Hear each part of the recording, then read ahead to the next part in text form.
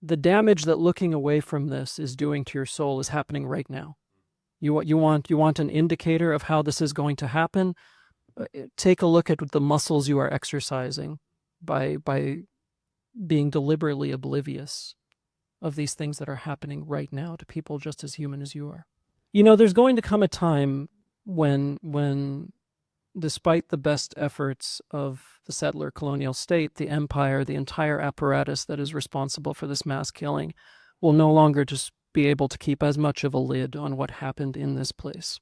And I keep thinking about that, and I keep thinking about the articles that are going to be written about the extent of this nightmare and the extent of the slaughter, and how we live in a part of the world where it's deeply, deeply necessary that the person who ends up writing that article not look like me, right? Because then it'll be a milestone. Then it won't be the Hamas run anything, and it won't be Palestinian whoever says, and all of these incredibly degrading terms that are applied to the people who, as far as I'm concerned, have been doing the single most important acts of journalism on this earth, and have been paying with their lives for it.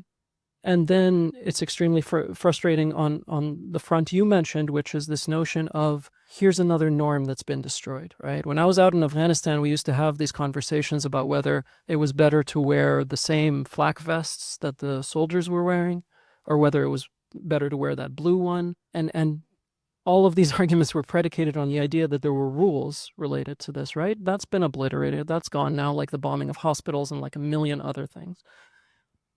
And then finally, in a very overarching way, I killed those people, right? That's me. That's my tax money. And so not only am I not in a position of solidarity with these people, I am part of the machine, right? And it's been extremely frustrating to watch these agencies that are supposed to be concerned with press freedom and the protection of journalists just suddenly get real sluggish.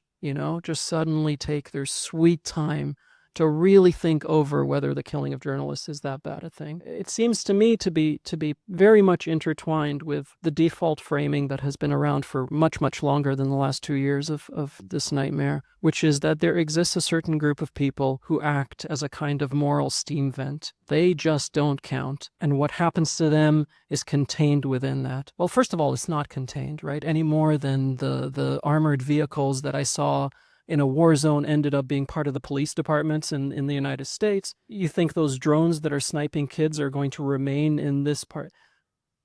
But even if that was the case, that doesn't make it any less evil. And so for all those reasons, you're watching this and it just feels like so much of what I thought was load-bearing in an institutional sense quite simply isn't. Because I've been oriented in the direction of the West since a very young age, I find myself trying to shed impulses to make someone give a shit that are very much from within that context. And what I mean by that is, something like the pagers, the exploding pagers, right? How many liberals did I see issue some kind of condemnation that came in the form of, what if one of these guys was on a plane? Sure, that is absolutely true, but like that little girl who got her face blown off is enough, right? And so I find that I have a real trouble resisting the impulse that has been sort of honed into me to try and condemn a very present, very current, very ongoing horror in terms of some speculative future where it might affect people who actually matter,